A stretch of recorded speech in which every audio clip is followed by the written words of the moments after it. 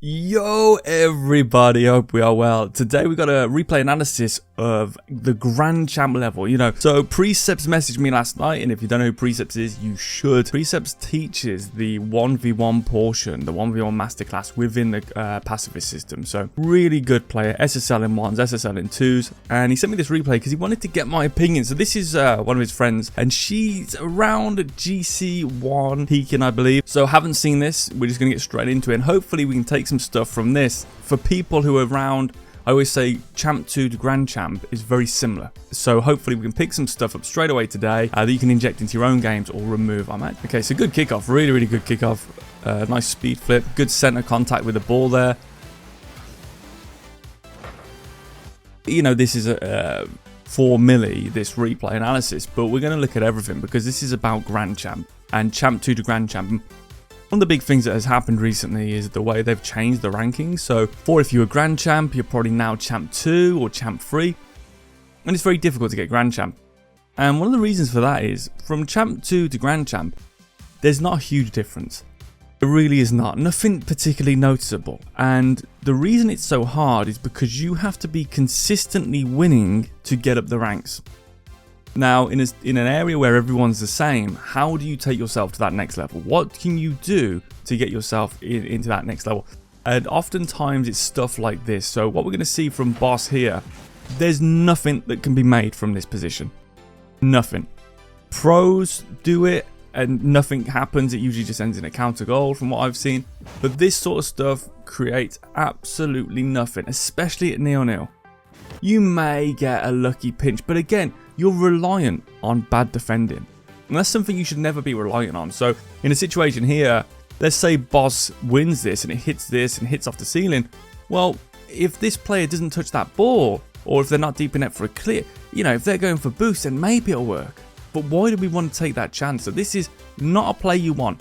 Again, you always hear it. If I could give you one of the biggest pieces of advice, if you want to get to Grand Champ in 2s, don't dive into the corner. Now, we've been on about that for 6 years now, but it's still a thing. Okay, so people can say, yeah, but you just say that every time. Well, why is it still happening? It happens every replay I go to, we see diving into the corner. Then a bad recovery here. So what's happened now, from Millie's perspective, is that they are left in a 2v1. But I just want to see why they're on 0 boost here. So again, good kickoff. So here, in my opinion, what you've got in Rocket League is you have phases of downtime. Specifically in 2s, you have phases of downtime and 3s as well. And these are moments where you aren't going to have a direct impact on the play for a certain period of time. So right now, it's very unlikely that that ball is going to come to Millie. Because Boss has got to get 1, 2, maybe 3 touches around. It's going to take a while for this ball, for whatever reason, okay, based on this situation, momentum that way, ball that way, momentum that way, to actually come around and across here. So this is downtime. Millie won't be needed for the next possibly 5 or 6 seconds. That's a lot of time. So in that time, especially off kickoff, that's where you want to get your boost grabs in. Downtime is where you get your boost grabs.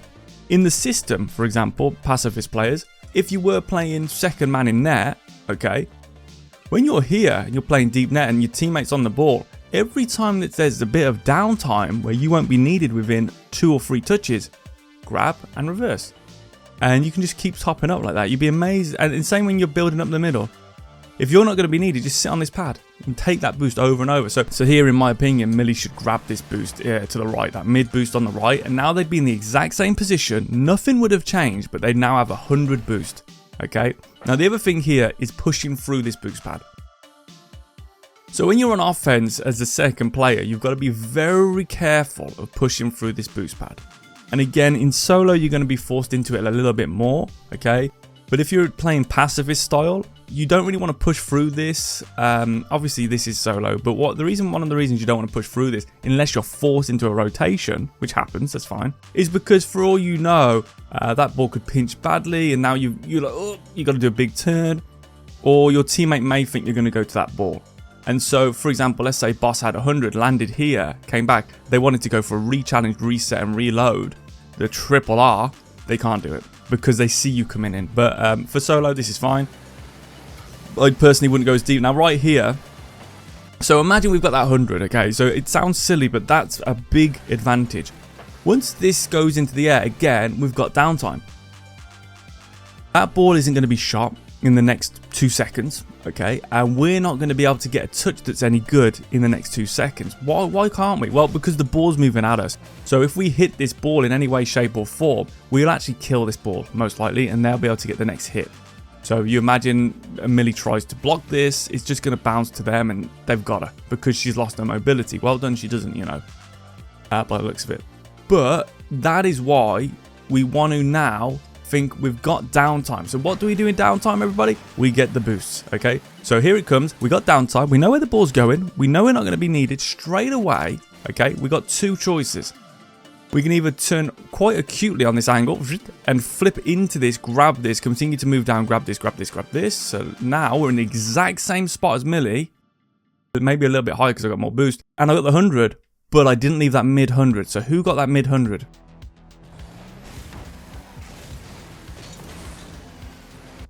Okay, maybe that's a glitch then. So it looks like that's a glitch. There was no mid 100. Oh god, I'm seeing things. So it's just one of those things. So Millie did the right thing. I do feel she could flip now, flip, flip, flip, go, go, go, go, go. Because nothing's going to change. Nothing's going to change. And now, because you've got 2 ways of defending corners, you got to be early or late. You know, there really isn't too much of an in between. Why isn't there an in between? Well, if you're perfectly timed, okay, let's say you perfectly time it so that on this bounce, bonk, right there, you go up, so you've timed it perfectly, you're going to hit that shot, but you're going to be dead or bummed. So it's not worth playing. So we've either got to be early into position, or we've got to be late into position, where we're here, and now we can come up behind, where's the ball, and then get our clear from behind. It really depends. What I like to do here, and what I recommend to people is, if it's a fast player, it's often better to go from behind if you can time it well, and you can get really good at that. The reason for that is because a fast player often will look like for a jab in a demo, okay?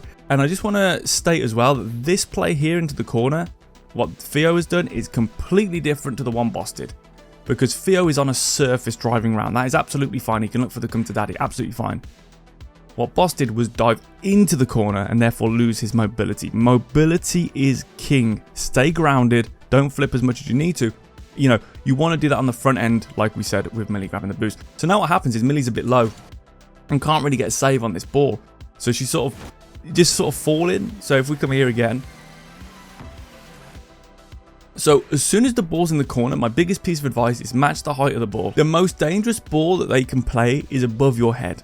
All right, which is, I think, yeah. So this is really tough to defend. I know it's no goal. I just realized it's no goal. But it's really tough to defend this.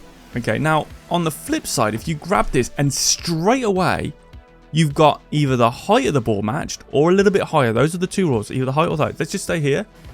Now, we can move at this line, and you can see we're actually on the line of the attack. So what you would do is you would boost across here, boost, boost, boost, boost, boost. You wouldn't flip, you wouldn't flip, you wouldn't flip, you wouldn't flip, and then you'd side flip to the left.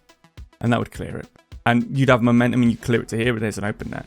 I'm not saying that's your fault there, Millie, but that's just one way of being a bit more efficient, especially on the backboard. You know, one of the big things Champ 2, Grand Champ is backboard defending ability and defensive ability in general. The ability to take energy and wrap it round. Again, your teammate scored an own goal. I'm not saying this is your fault, but I'm looking for ways to make this better anyway. On the flip side, I want to see what happened to Boss after this really bad take into the corner. Unfortunate on the recovery. Yeah, that's just it. This is just what happens when you overcommit into the corner. And then when you come here like this, it's not a bad idea to hit off there. Like, it isn't a bad idea. Could they have gone back post? I don't think they would have made it in time, in all honesty, to get out with clear. So they did the right line there, in my opinion. But yeah, they shouldn't have dove in the first place and caused that to happen. So let's go back to Millie's perspective. We're very impressed so far. So mid, there you go. There's your downtime. Grab the mid boost. That's your downtime. Obviously, in situations you can score or put pressure on straight away, do it. Hold on, what's this? First of all, that's a really good recovery. Okay, it is a really good recovery. But here's my question. What did you gain? A lot of people would watch that and think that's just a perfectly normal, you know, play, great mechanics. And this is where mechanics can hinder you, because sometimes you'll go for things that may not be advised. So right here, when we come up here, like, yeah, I see what you're trying to achieve, but what we're looking at here, we're not looking at our offensive opportunity. We're looking at their defensive posture. High on the backboard. This is actually really good from Theo, matching the height of the ball on the backboard, which means very easy to defend. That's exactly what you should do. Millie, that's exactly what you wanted to do on the opposite side when you were in this position. You needed to get up onto that backboard instantly. Now, the issue you've got is, could we have stayed with this ball for a second? We didn't have to go straight away. Could we have stayed? Wait. Because they're already going to turn away because they know you're closer to the play. Now, could we then take this ball, maybe control it, bring it down and shoot it to the middle? In the meantime, Boss will come build up at the way. Obviously, it's solo, so he probably won't. Build up in the middle and get a jab onto the net. I don't know. But what I am saying is this is just a very quick way to lose possession. And it's a very common play in Rocket League. People will do it. They will think it's a really good play. Like, you know, nothing lost, nothing gained. But there is something lost. Okay, possession. I like this idea here to try and trip the opponent, like staying underneath them. It's a good idea. It is a good idea. But now we have total collapse defending. And this is the danger you run into when you make an offensive play. But don't worry, pros do this, and it always ends the same way because the counters are way too strong. But basically, if the momentum is you're going this way, Boss is going this way, the ball, Theo, and Cord, you're all going this way, as a defensive team, you have been collapsed. Now, one player can change this, that would be yourself. If you could go deep in net here and face out, you've allowed a change to happen. So as this ball is now not so much dangerous because Boss now can do what we call funneling. He can funnel it into the corner, block it across, and then play it over. And now you can get true outward momentum. And this will automatically collapse them because he will end up in the corner. I'm just going to delete this because it might be getting confusing. He'll end up in the corner. So that's one. This guy's flipping too deep. That's a goal. Pacifist style goal. Very common play to make. So let's have a look what you actually do here. Perfect. Absolutely perfect play. And look at that. It's almost like I knew what was coming. This is so common at Champ 1, Champ 2, Champ 3, Grand Champ 1, Grand Champ 2. It's so common. But the issue people have is they do not want to play goalkeeper. They do not want to rotate deep into the net because they've been lied to. So you do need to do that. And this is why this, I can tell you, happens hundreds of thousands of times because I've seen it even at pro level. If there was someone in the net. So when you come here, great pathing, by the way, great positioning, and of course you get the free ball. Now, instantly, the calculations as you're moving back should be, where are the opponents? They have done something terrible. What have they done terrible? If you know, comment below. But I'll tell you what they've done terrible if you don't. They're both on the same side. They've created a strong side. And that sounds good, right? Well, great, we've got a strong side, but for every strong side, there is a weak side. And that's why we like to have a player in the middle in defensive situations, because we're going to get the outplay. So when we're here, they've got this strong side. What we have to do is this player, now we know they've got a strong side, is we have to play this to the weak side. If we go ahead and attack down here, although we could hit it to Boss and Boss could shoot that, it's actually quite easy for Theo to defend because he can just turn in, double jump and make the save there. What we want to do instead, Millie, is as this ball comes in, we want to, if we've got the ability, like if Theo was right in front of you, different kettle of fish. If Theo's here, yes, we take it this way because we can get dunked too easily.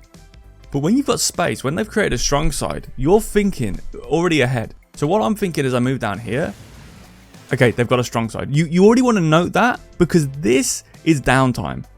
You're not going to be required for a second, okay? And you're just pathing. You don't even have to move. That's why we use the center lane, because you don't even have to think about it. So now you're looking, instead of thinking what you're driving, you're looking and saying, okay, they got a strong side, so I'm going to take it to the weak side. So right now, let this roll, a little bit more, let it roll to about here, and your jab takes it across here. Touch it, do like a firm touch, and as soon as you touch it, flip to the side. What that does is you're not flipping this ball, you're touching it, and then you're flipping to the side. This way, you've turned into a shooting angle, a shooting threat. Hopefully that makes sense. So just to show you what I mean here. As that ball comes in, we take the touch here, we jab it firm, and then we flip. We get onto this path lane, and now we've got a shooting angle. Okay, it's very, very simple. That would actually be a goal. If you look at that situation, that exact play would be a goal. As you get better, you can smash those. And it's such a simple way of playing Rocket League. So here we go again. So when you imagine you touch that there. Oh, you do. Okay, fair enough, actually. Actually, that's really good. Really, really good. I'm actually super impressed with that. My bad. I should have let this play out a little bit more. I thought you jabbed that towards him. That's very well played. And then the instant flick, yeah, pretty much that's as good as you're going to get. So you've either got that choice to attack the middle, brilliant, or you can create a shooting angle and go for it there. Either's fine there. Actually, yours was probably even better. So well played. Not sure what happened there. I think we went underwater for a second. It can happen. So we're going to move back. Oh, be careful. Be careful here. Because what's happening now is we're moving ourselves out of a strong position. And it doesn't look like a bad thing. But remember earlier, this is now a collapsed defense. It doesn't look like it's collapsed, but it is collapsed. This is how you get continued pressure from the opponent. Because you're both only able to take it to here. And your touch will probably hit the ball away from yourselves, okay, at this level. So when that hit comes across, you'll hit it away. But this guy, if they were here, will then instantly re-challenge, put it back into the middle. And that's how you get worn out. So I always feel like it's a good idea for this player. I mean, this isn't terrible at all. Like, this isn't a bad thing. But if you went to here, one, you have a great vision of everything. And so you can just wait. Oh, you do it anyway. Bloody hell, this is okay. This is impressive. But I wouldn't have gone there. I mean, this is really good play. So I'm picking out the tiny little things here. So yeah, I would personally not move across to there because they're already there. So your question once your defense is collapsed, which it is now, by the way, okay, based on the momentum is my teammate out of net? Yes, they are. Go straight in there. Okay, so you don't really want to take that circular line. You want it to actually take, once you see your teammate there, pad, power slide. And I'm here already.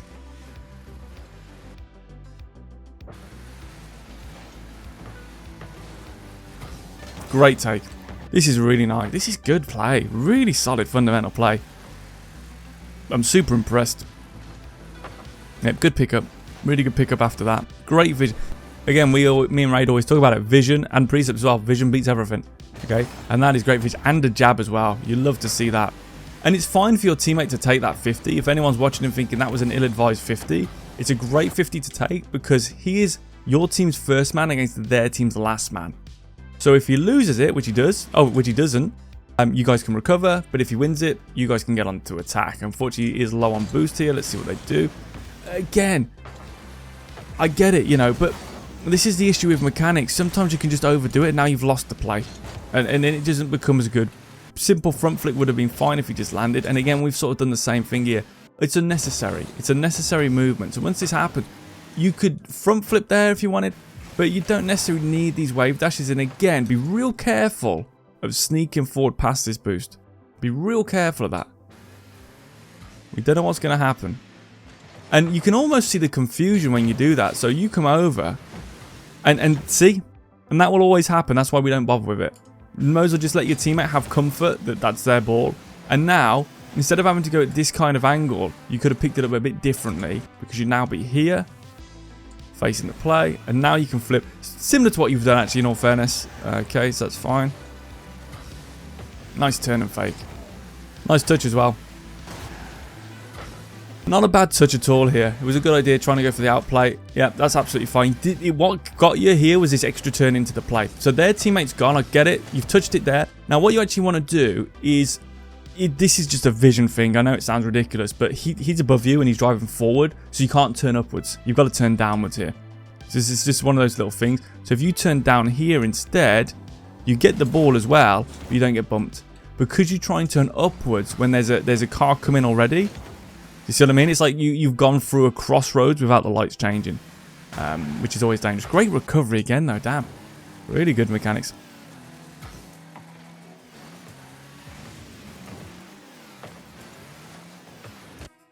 This I knew was coming, okay?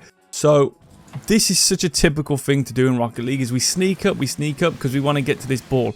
And to be honest, it's a bit of a myth because everyone does it, it creates these weird balls and no one can actually recover and they always just panic at it because they expect you to be close.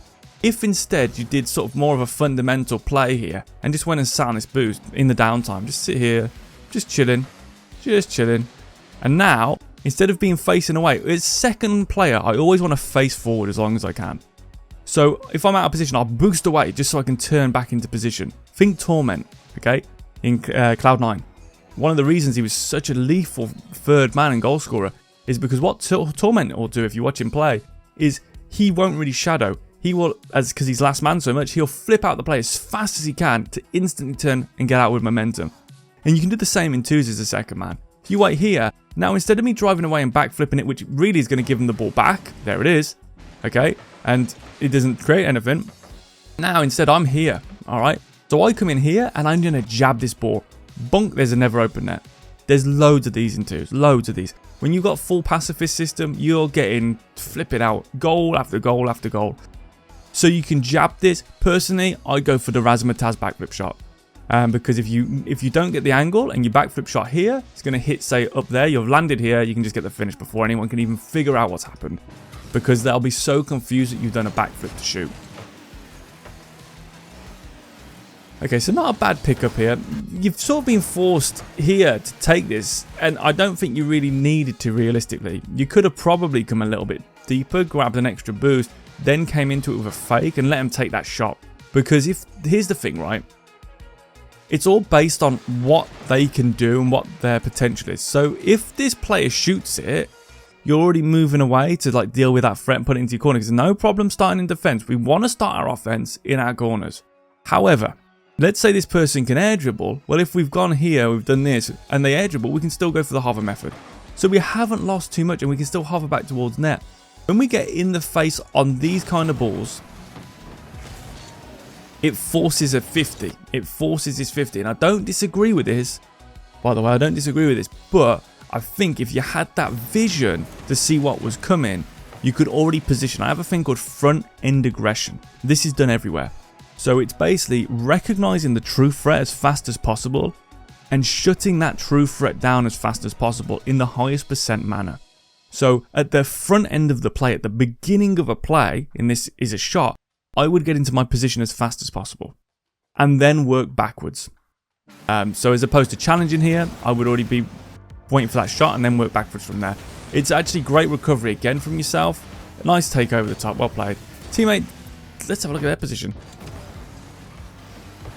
And this is classic, and I want to sort of show the differences here, and this is where I always find it funny that other pro coaches and other players, let's say people who make Rocket League videos, disagree with pacifist system stuff, because obviously we wait deep in net as second player. Most people think you should do this. Why? Because how often do people mess up touches on the backboard? And if we do, and we fluff that down, and Theo's a good shooter, that's a goal. Because look at the net, it's like, it's just a ticking time bomb. It's a big hard hit, or a jab to a double touch, it's a goal. What we do instead here, in the pacifist style, this second man would go here. Doesn't need to clear it, because I got vision now. If Theo is up, okay, and like Millie's struggling, I can take it. But while I'm doing it, I'm here and I've like, look, he's miles out of the play, so no threat here. Now I watch this. I say, okay, they're playing it back.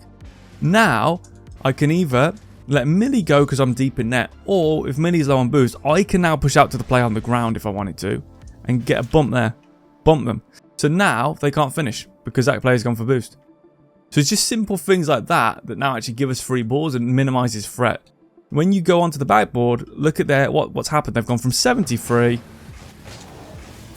to literally giving the ball away in the middle to 0. But people will tell you that's correct, and it's not.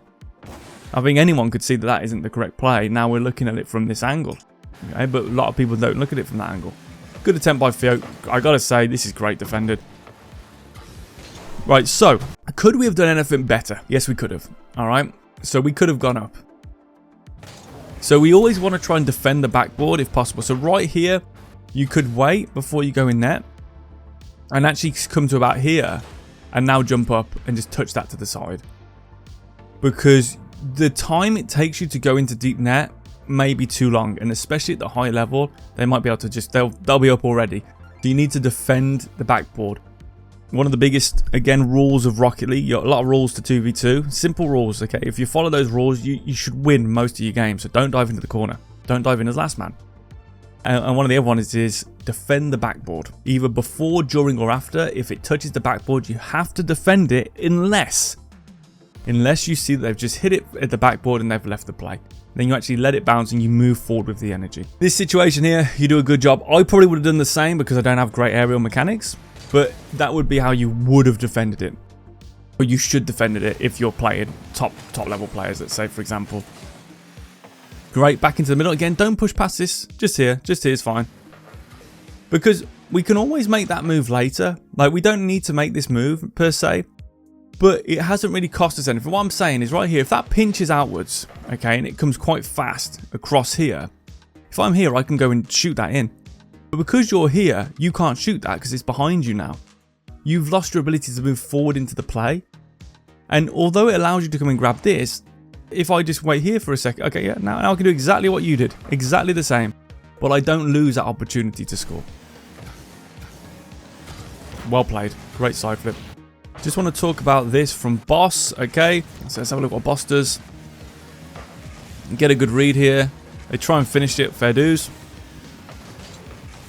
Okay, what's the issue with this? Well, a lot of pointless mechanics for one, but what's the biggest issue with this? And never all in Rocket League, especially in 1s and 2s, do not end up in the opponent's net. When you watch pros play, a lot of time you'll watch them play and you'll think, how did they not score that? Why didn't they do this or why didn't they do that? And this is the levels of the game. Players at the highest level will take a more difficult, technically a lower finishing shot to allow themselves not to end up in net. Because keeping the play on the ball is so much more important that they try and not stay in the net. Oftentimes the only way they'll end up in the net is air dribble bumps. Or maybe like a last second flip reset. But they will try not to end up in the net. What you see from a lot of, well, pretty much everyone is that they'll end up in the net after their play. Now look at this recovery from Boss. It's good, but it's terrible at the same time. Well, why is it terrible? What have we done that's so terrible? We've created a 2v1. So had that have been a better touch there, that you're never expected to win a 2v1. That's how dangerous it is. You're actually, one of the things is you're never expected to win a 2v1. So that tells you how potent a 2v1 is, which is why we play a system that gives you 2v1s, okay? Most people play a system that makes their teammate have a 2v1, as in against them, as we saw it there. But great demo. That should be a finish. That should be a finish. Let's have a look, Boss. Good flick. They just couldn't get on the end of it. I actually like that they tried to recover that way. That's kind of cool. It's a good recovery in all fairness. They had to take that hit. There's a player behind them and a good jab as well. We're going to go back to you, Millie, here. And again, this is the issue. It's so minimal and most people won't even notice the issue here. But the problem is, as second player, as second man here, you have started to push into the position too early. And so if I wait here, and now I start to move forward into this, I have the ability to jab this ball. Jab, air dribble, like air dribble into that delayed shot across, that's a goal, you know. What people do in Rocket League is they're so desperate to stay close, as we see here, you get so close, or you try to, but it's just a bit too late. You have to shadow first, so right here, you're forced into turn there. And this, you already want it to be here. And that's a huge difference. So a lot of the time in Rocket League, players at these ranks, they make the right decisions at the end of the play. But it's their front end aggression that's off. So you've now started to play backwards because you're looking for a shadow first. First and foremost here, this is a free loose ball. You want it to be ready to pick this up with outward momentum. Jab, you don't even have to go for the finish. Look for a demo in rotation, not into the net, in rotation. Grab this, you know, whatever. But because you got close first, you're now forced into turning after, and now they get the 50. So the difference is huge. It doesn't look like a lot. Like, it's only like a half a second difference. That's all you need in this game. Half a second's a load of time in this game. Good control here from Boz Antelak. Right, let's have a look at this. Okay, so we recover.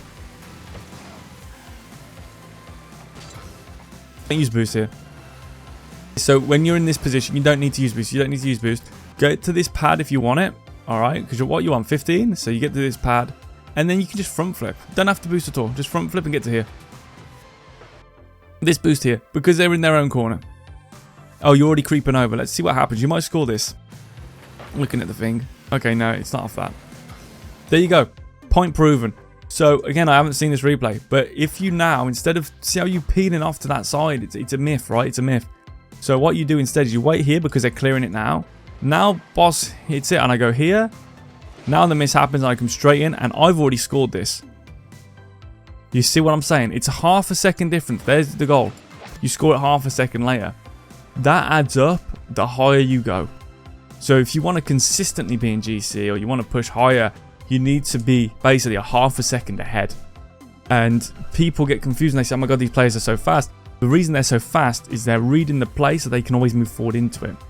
And so when you're in these ranks, what a lot of people do, because they try and be fast, they move into it so prematurely as second man that they lose the ability to get out with momentum. Great finish. Well played. Solid kickoff. Okay, we're not going to go over kickoffs. I mean, we could talk kickoffs for days, and but it's been done to death, as I often say. They scored an own goal, but then they do this. This is classic Rocket League, isn't it? Scores an own goal, but can do that. Blows your mind. Yeah, this is a great follow from Boss. Great jab, again, utilising the jab. Good boost grab as well, and what's cool about that, they did it without looking for the boost. They knew where it was. And actually, really good read that went. I mean, that is a very, very good play. Very good play. Extremely high level, that is. Yeah, well played. Really nice.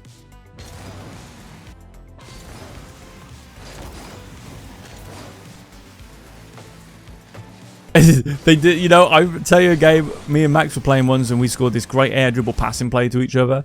And then I said, dude, I'm feeling it. I'm feeling like a pro. And then I did exactly this and got scored on because I was so excited that I just scored a decent goal. I just thought I was all of a sudden just in at the time.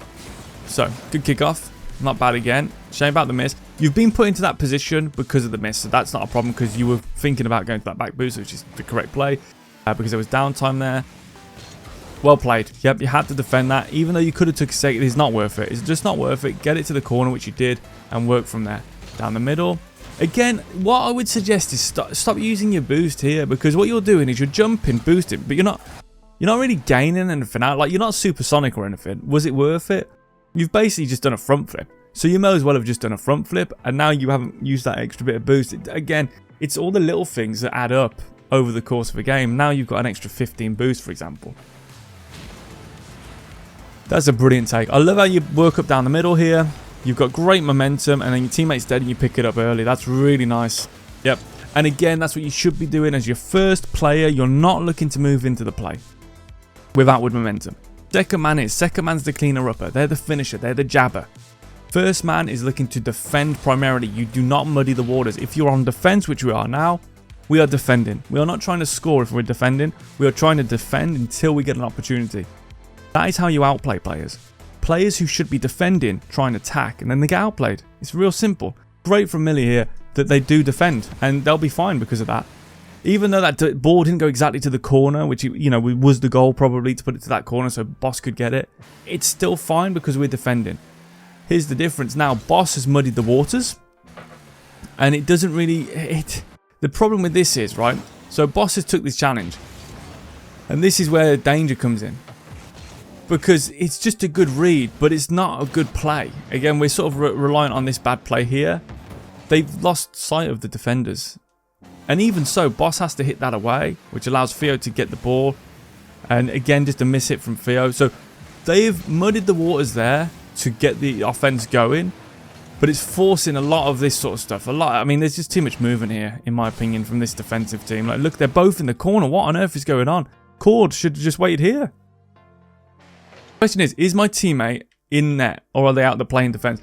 Theo is out the play. Wait here. Look at the difference. Okay, Theo now leaves out. So let's say we're in comms. Wham, there's my goal. It's so simple. I don't know why people keep pushing into the same area. Just wait in net. Honestly, all the people who told you not to wait in net, they're not very good. That's all there is to it. They're not very good in defense. I'm not, you know, mentioning names, but if you're going to go and do say a road to Grand Champ or Road to SSL No Mechanic series, you get scored on by silvers and golds because you've got terrible defensive positioning. Maybe you don't know what you're talking about when it comes to defending. And that's the reality of it. And then all this misinformation goes out, and now people just leave the net. Craziest thing I've ever heard. Imagine Peter Schmeichel doing that. Alex Ferguson would lose his mind, wouldn't he? He'd go crazy. Good positioning. Good positioning. Really nice. Okay, so here, I would personally go here for a second, alright?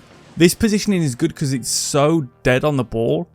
But again, what can be achieved here is we wait, and now we can still do the same play, the same exact play. It's there, it's fine. And what's happened if we do that? It's great positioning from boss as well. But we've minimized the potential bump right there. This can be a situation where people bump depending on what the ball's doing. So this is great, don't get me wrong, but I think this is even better, it gives you a bit more, but it's fine to do that. Again, it's all to do with reading. Great finish as well.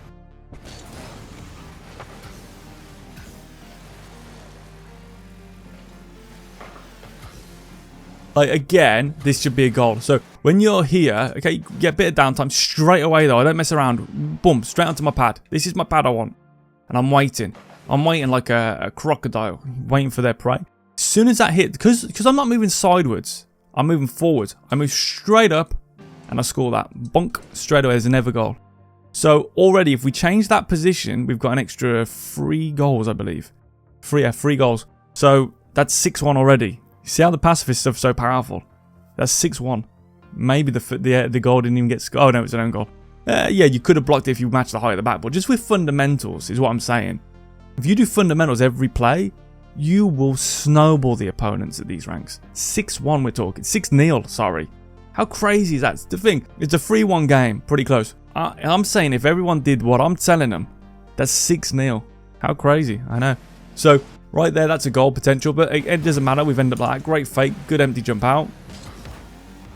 Not bad, right? What I would suggest here is drag the rug out. So don't move away here because they're airborne. They're not going to do anything. Wait. Okay. Now, this is where you have to be sneaky. So instead of defending in the classic way where I'm blocking you coming through, I'm going to defend in a way where I'm taking everything and going away with it. I'm on your team for a split second. So I'm actually waiting, let this go ahead, and I touch that on the ground as I grab this and I just take it back. Bang, bang, bang. I take all the boost. Okay, cord follows. And that's it. That boost maybe not have been there. But you see what happens when you play standard defense as first man, which this isn't bad, but you don't need to stop this. This is muddy in the water, right? This is exactly what I'm talking about, muddy in the water. You're a defender. You should be defending. When you're defending, you bring the ball back to defense unless you get a really good opening, and then you start your offense. If you try and defend in the midfield, you just give them possession, and it's more dangerous because now Theo has a bouncing ball. It's way more dangerous. So defend when you're in defense. Drag the rug from underneath their feet. And you just take that back. You just want to take that back because now they've got it again. And this is the sort of stuff that happens, right? And it's not anyone's fault. This is just, what's been told in Rocket League. This player boss is being told, I've got to rotate. And this is the reason you don't rotate. Because they've looked at this. Look, what have they achieved by doing that? They've done exactly what we were doing. Why would we want 2 people on this side of the ball? Let's just use our heads for a second on this. And again, it's not boss's fault. This is just what's been said throughout the history of the game. People still acting like it's 5 years ago. No Man's Land.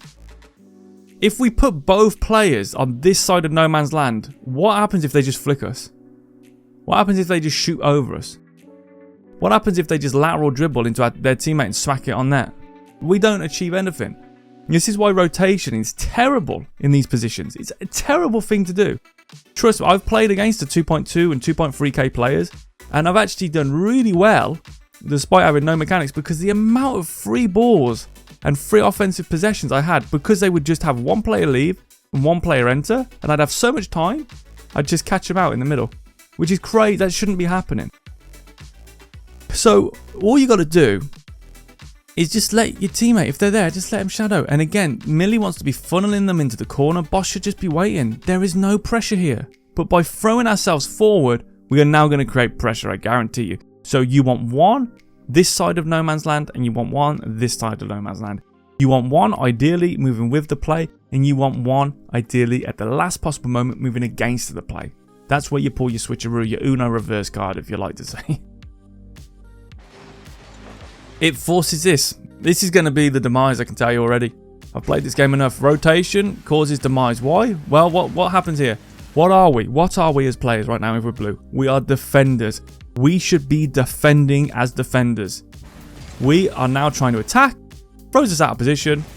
Okay, and again, now we start this whole big steamrolling thing where we're using boost. And we've got onto offense, and it seems good, but it's linear. Okay, it's a linear offensive play. Cord here could have done something much better than this. They see how they took a while. Again, this is like the issue is you're looking at that should have been a soft touch, instant power slide there, instant power slide into an instant flick into the middle, which Theo could have just turned and finished and never goal. People aren't respecting the offense enough, and probably because people just waste their time on offense doing dribble maps and all sorts of nonsense. It takes too long. Your offense should be quick and straight to the throat. In a fight, you don't do all weird, oh, I'm going to dance around you. You know, it's not capoeira. You don't see capoeira at MMA, do you? You're going to smack him in the face. It's the same with this. You got to smack him in the face. Go for it. Don't waste time. Okay, so they wasted time. So Boss shouldn't have actually had that touch. Now Theo is forced into defending in the midfield. It's just a bit messy here. And what this is like chess, right? In a way. No, Rocket League's never like chess, but what I'm saying is it's like chess in the sense that you ever played chess, everyone's real careful. For ages, they're setting up their play. Everyone's real careful. You start trading pieces, it's like everyone just trades pieces really quick. That's what you see here. Now Theo plays it across, but now they still end up with this net possession. Good little jab. That's actually a really good attempt here. Let's have a look. So let's have a look at this from Millie's perspective. So, but this just made the whole play very, very volatile. Made the play very volatile. And you don't want a volatile play. So yeah, a little sneak out. You do a good recovery, but this is just the power of sneaking out here as second player. So nice try. Okay, instantly reverse here with second player. Now, when that comes in, we don't have to react like you did because you basically can only jump. I can now just literally, bam, smack. That's a never open net. 7-0. Crazy, isn't it? Nice try though. What you got to do here is you can't wave dash. Like this will happen. You know, no one's perfect. You're going to push out here because you think you got the advantage. Right here, don't wave dash. Takes too long. You should already be back up now. But that wave dash it uses a suspension if you look here. So great save. And then you could already be jumping now. But now it took that extra half a second. That's all you need in this game. But it's just more of a positioning standpoint. But again, volatile balls lead to volatile results. So what you want to do in Rocket League is you want to try and control the game as much as possible. The more volatile, the more you're going to be requiring mechanics, the more you're going to have results that you don't really understand. And it's just going to make the game just too much of a coin toss. And I think that's where everyone is, which is why people are getting so annoyed with the game. So a lot of players are being told to play a certain way. They're working on the mechanics and they're not getting better. They're not getting better because they're not doing brilliant play. Jesus. They're not doing the basics. This is great. Again, great positioning. Great use of the camera as well. Great hover. That's perfect. Oh. Why? Why did they do that? They did not need to grab that boost. They should have left that for you. And again, question is my teammate in front of me? Are we in defense? I'm just going to wait here. If I'm boss, I'm just going to wait here.